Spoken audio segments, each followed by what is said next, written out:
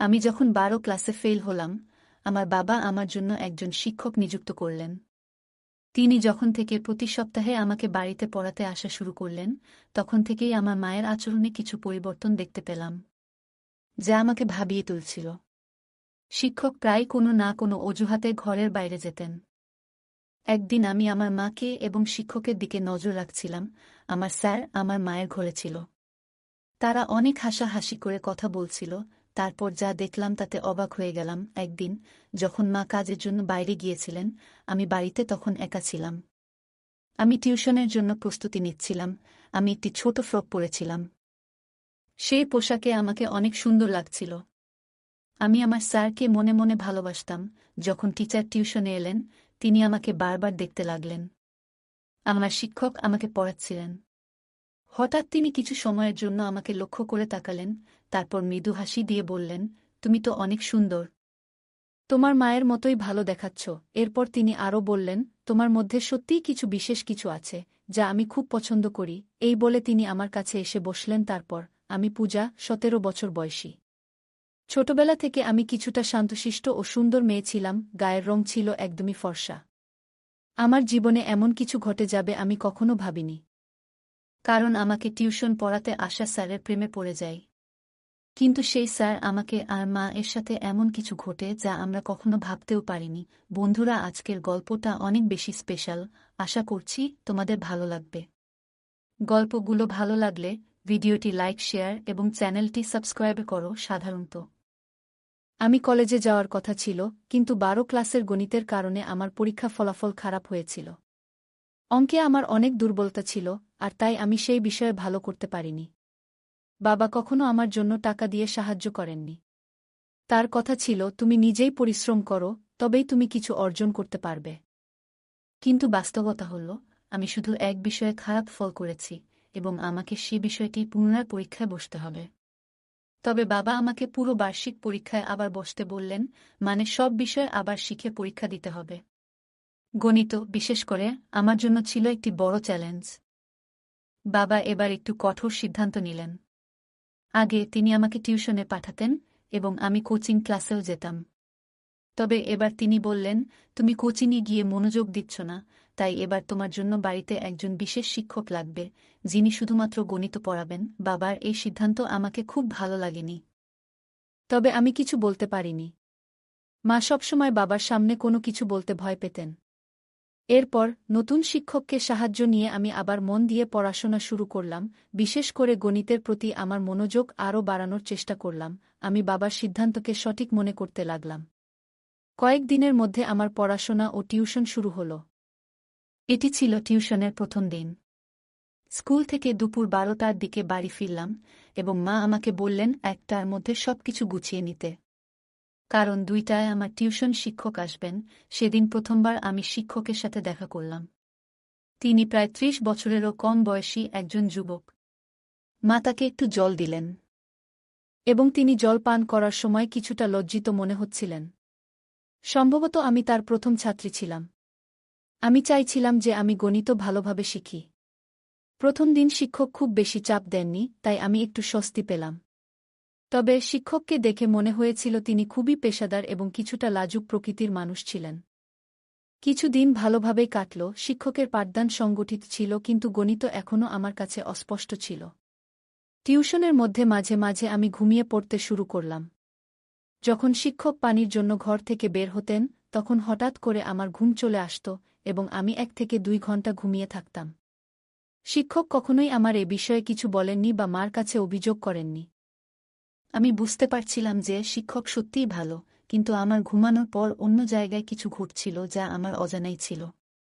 মা এবং শিক্ষকের মধ্যে কিছু চলছে, কিন্তু তাতে আমার দৃষ্টি পড়ছিল না।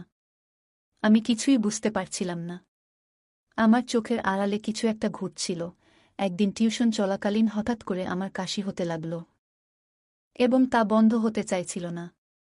আমার কাশি করতে দেখে শিক্ষক আমার পিঠে হাত দিলেন। কাশির শব্দ মায়ের কাছে পৌঁছালে তিনি তাড়াতাড়ি জল নিয়ে এলেন। সেই সময়েও আমি শিক্ষকের উপর নজর রেখেছিলাম। মায়ের হাত থেকে পানির গ্লাস যখন শিক্ষক নিলেন, তখন তাদের হাত একসাথে লাগার মতো হল। এটি দেখে একটু অস্বস্তি অনুভব করলাম এবং কেন জানি মায়ের উপর রাগও হচ্ছিল। তখন আমার মনে কি চলছে তা আমি নিজেই বুঝতে পারছিলাম না। পরবর্তীতে শিক্ষক আমাকে নিজের হাত দিয়ে পানি দিলেন। তিনি আমার কাছাকাছি আসছিলেন এবং আমার মধ্যে এক অদ্ভুত অনুভূতি শুরু হল। এই অনুভূতিগুলি কি তা আমি জানি না, সে সময় আমি এটি ঠিকভাবে বুঝতে পারিনি। পরের দিন স্কুলে গিয়ে বিরতির সময় আমার দেখা হয় আমার বন্ধু তানিয়ার সঙ্গে। তানিয়া আমার পুরনো বন্ধু এবং আমরা দুজনেই 12 ক্লাস পর্যন্ত একসাথে পড়েছি। সে আমার মতো ফেল করেনি, তাই কলেজে ভর্তি হয়েছে। সেদিন আমি তানিয়াকে একটি ছেলের সাথে দেখলাম। আমি জিজ্ঞেস করলাম, তুমি সবসময় এই ছেলের সাথে সময় কাটাও কেন? সে উত্তর দিল, এটা আমার বয়ফ্রেন্ড। তার উত্তর শুনে আমি তাকে বোঝাতে লাগলাম, তানিয়া, এত কম বয়সে এসব তোমার জন্য ঠিক নয়। প্রেমের জন্য হয়তো এখনো সময় রয়েছে। তখন তানিয়া হেসে বলল, পূজা, কলেজ লাইফ তো এসবই করার জন্য। কলেজে যাওয়া মানেই এরকম কিছু। আমি যদিও কলেজে ছিলাম না, তবুও মনে হতে লাগল যে বয়ফ্রেন্ড থাকা জরুরি। তানিয়া বলল, দেখো, কলেজে প্রায় সব মেয়েরই বয়ফ্রেন্ড আছে। তুমি এখনও স্কুলে, তাই হয়তো বয়ফ্রেন্ড গার্লফ্রেন্ড সম্পর্কের ব্যাপারে তোমার ধারণা খুব স্পষ্ট নয়। আমি বুঝানোর চেষ্টা করছিলাম যে এটি সঠিক নয়, কিন্তু এর মধ্যে সে হেসে বলল, তাহলে কি তোমারও কোনো বয়ফ্রেন্ড আছে? তার এই প্রশ্নে কিছুটা বিব্রত হয়ে আমি বললাম, না। আমার কিছুটা ধীরতা দেখে তানিয়া বলল, পূজা, তুমি 12 ক্লাসে পড়ছ বটে, কিন্তু তা বলে তোমার বয়স তো আমার সমান। যদি তোমারও কারো সাথে বন্ধুত্ব করার ইচ্ছা থাকে, তাহলে মনে রাখবে, এটা শুধু কলেজের জন্য নয়।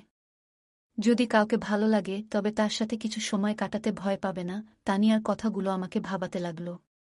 মনে হল, যদিও আমি কলেজে নেই, তবুও আমার বয়স এমন যে আমি এসব অভিজ্ঞতা নিতে পারি। সে তখন বলল, যদি তোমার কারোর সাথে বন্ধুত্ব করতে হয়, তাহলে আমি তোমাকে আমার বয়ফ্রেন্ডের এক বন্ধুর সাথে পরিচয় করিয়ে দিতে পারি। আমি সঙ্গে সঙ্গে জানিয়ে দিলাম, না, আমি সেই জন্য প্রস্তুত নই। কারণ আমার বয়সের ছেলেদের প্রতি আমার বিশেষ আগ্রহ ছিল না। গত কিছুদিন ধরে আমার নজর কেবল আমার টিউশন টিচারের প্রতি ছিল। কখনো কখনো অনিচ্ছাকৃতভাবে টিচারের হাত আমাকে স্পর্শ করলে এক ধরনের অনুভূতি আমার মনে জেগে উঠত। তানিয়ার সাথে কথা বলে আমি বুঝতে পারলাম, যখন কাউকে ভালোবাসা হয়, তখন এ ধরনের অনুভূতি হতে পারে।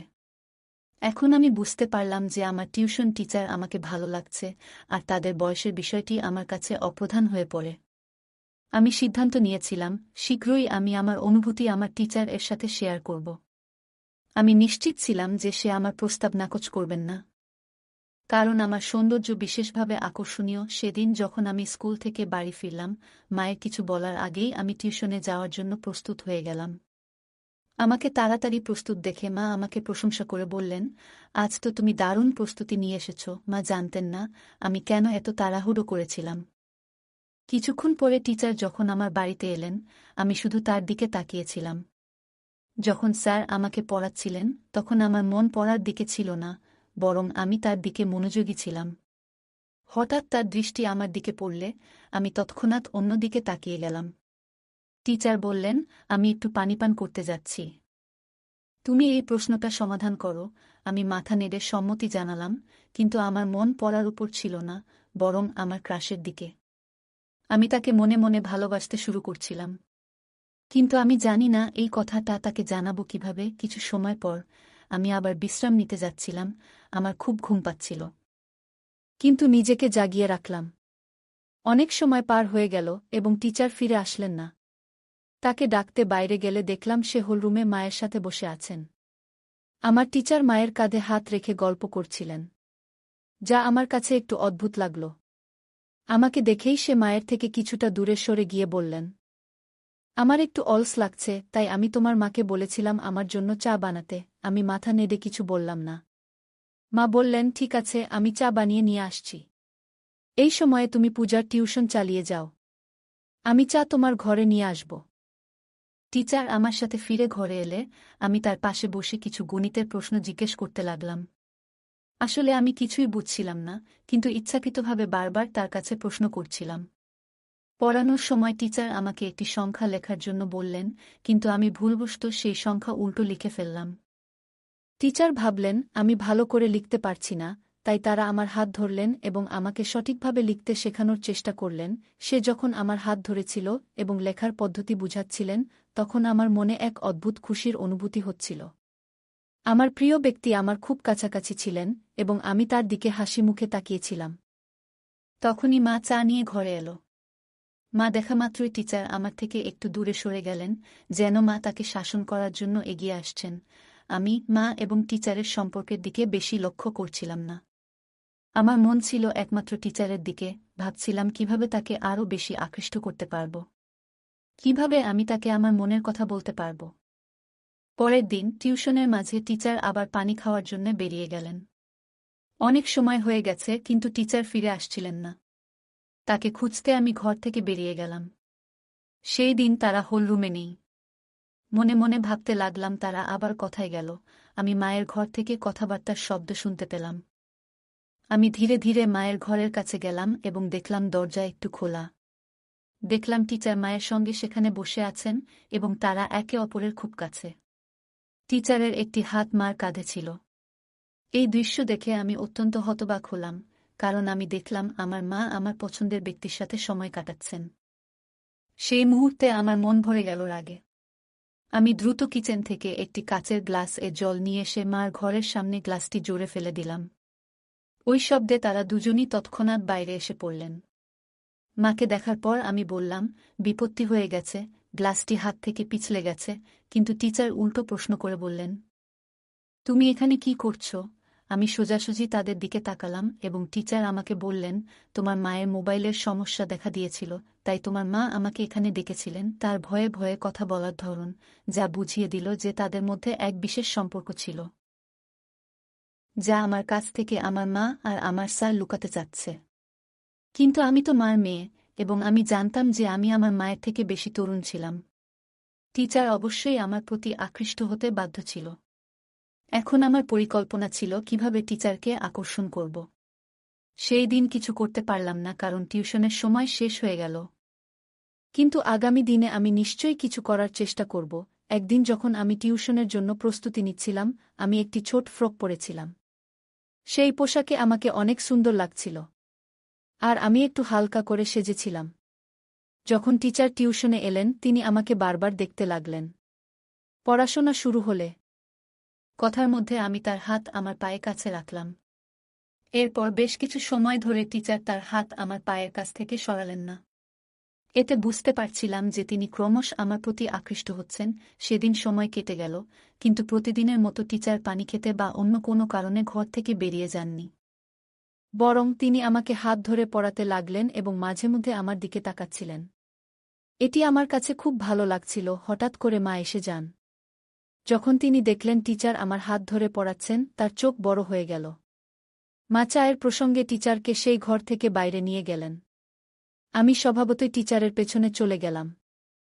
টিচার সরাসরি মায়ের ঘরে না গিয়ে বাইরে হলের একটি কোণে বসে থাকলেন। মা আমাকে কিচেনে নিয়ে গিয়ে গম্ভীরভাবে বলতে লাগলেন, তুই আর ছোট নেই, এইভাবে অচেনা মানুষের সামনে ছোট পোশাকে ঘুরে বেড়াতে তোর কিছু মনে হয় না?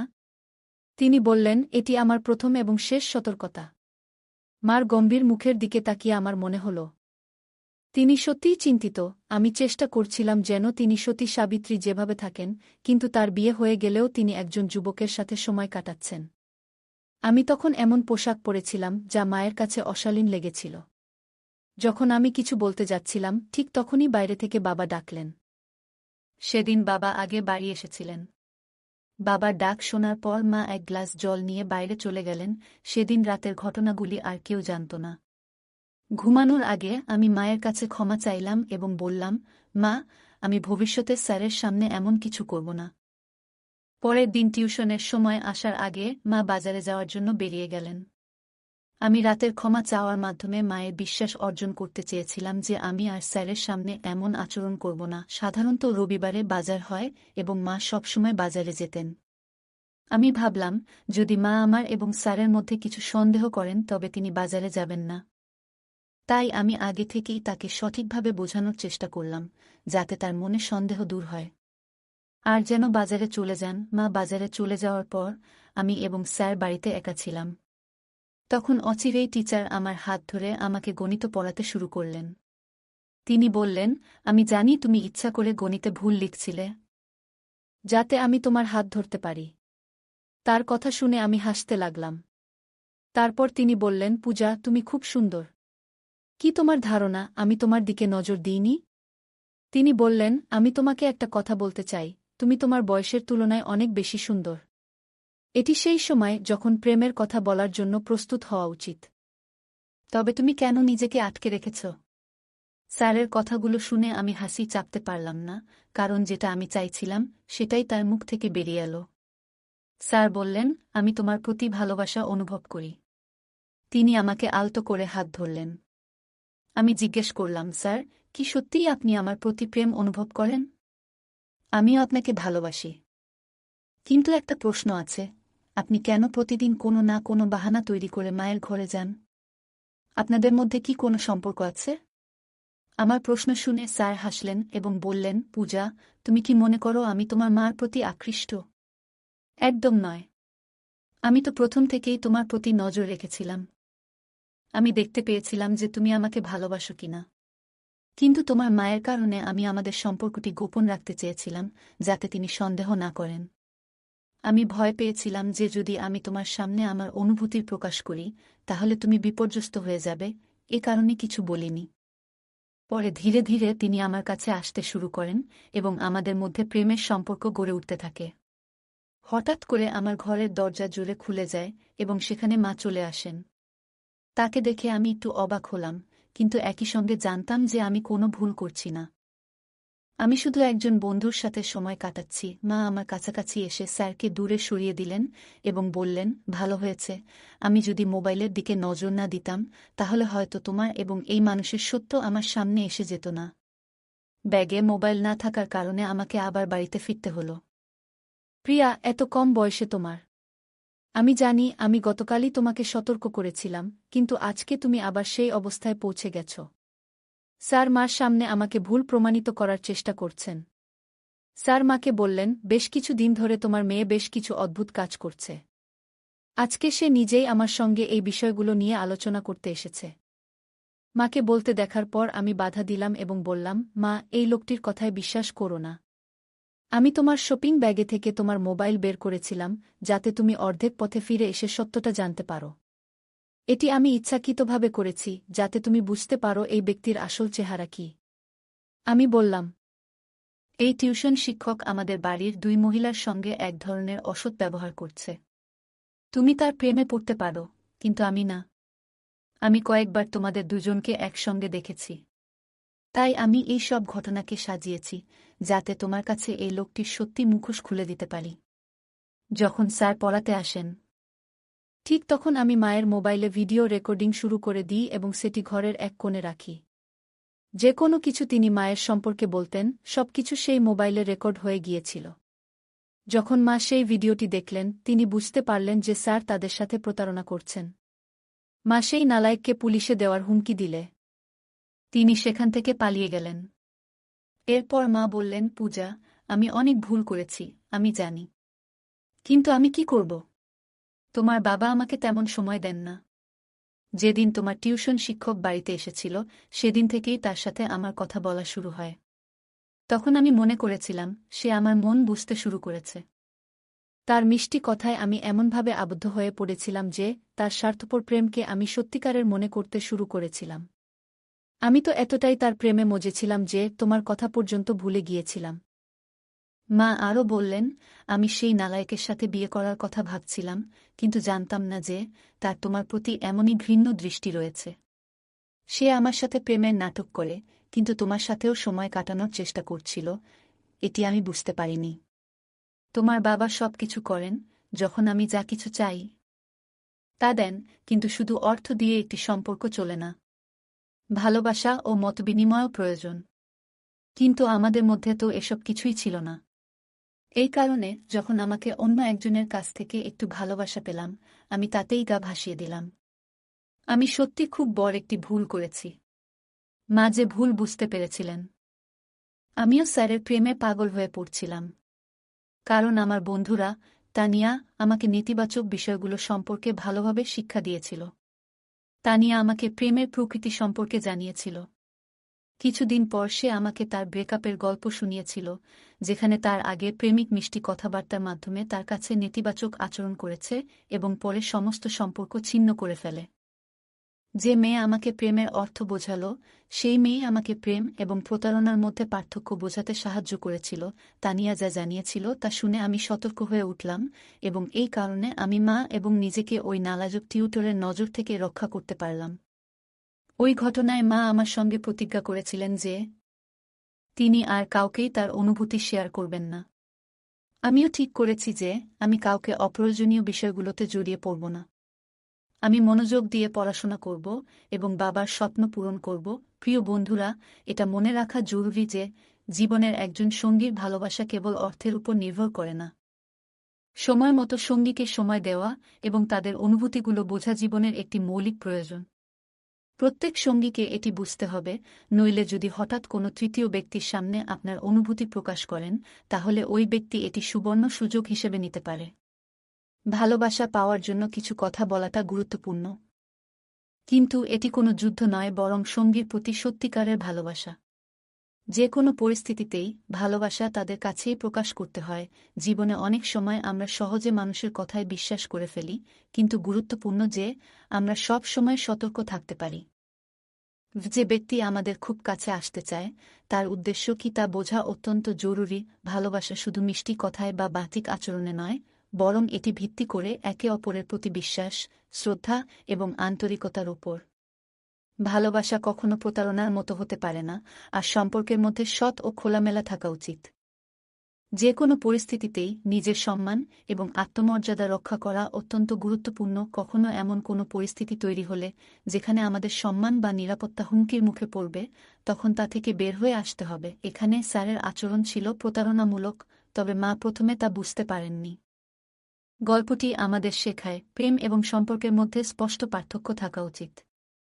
ভালোবাসা কখনো কারো দুর্বলতা বা অপব্যবহার করে না, তা একে অপরের সম্মান ও সহযোগিতায় ভিত্তি করে গড়ে ওঠে। কখনো যদি কোনো সম্পর্কের মধ্যে একপাক্ষিক বা একতরফা কিছু ঘটে, তবে সেটি প্রেম নয়, বরং প্রতারণা। গল্পের শেষে মা ও পূজা একসঙ্গে সিদ্ধান্ত নিয়েছিল যে তারা আর কাউকেই নিজেদের জীবনে সময় দিতে বা তাদের অনুভূতিতে জায়গা দিতে চাইবে না, যারা তাদের নিরাপত্তা বা মনের শান্তিকে ক্ষতিগ্রস্ত করতে পারে। এই সিদ্ধান্ত তাদের জীবনে ইতিবাচক পরিবর্তন আনতে সাহায্য করেছিল। নেতিবাচক পরিস্থিতি থেকেই মানুষ অনেক কিছু শিখে এবং তার থেকে উপযুক্ত সিদ্ধান্ত নিয়ে নিজেদের জীবনকে সুন্দর করে তুলতে পারে। বন্ধুরা, যদি এই গল্পটি ভালো লেগে থাকে, তাহলে দয়া করে ভিডিওটি লাইক করুন এবং আমাদের চ্যানেলটি সাবস্ক্রাইব করুন। পাশে থাকা বেল আইকনটি প্রেস করুন, যাতে করে আমরা যখনই নতুন ভিডিও আপলোড করি, তার নোটিফিকেশন সবার আগে আপনার কাছে পৌঁছে যায়। ধন্যবাদ। দেখা হবে আমাদের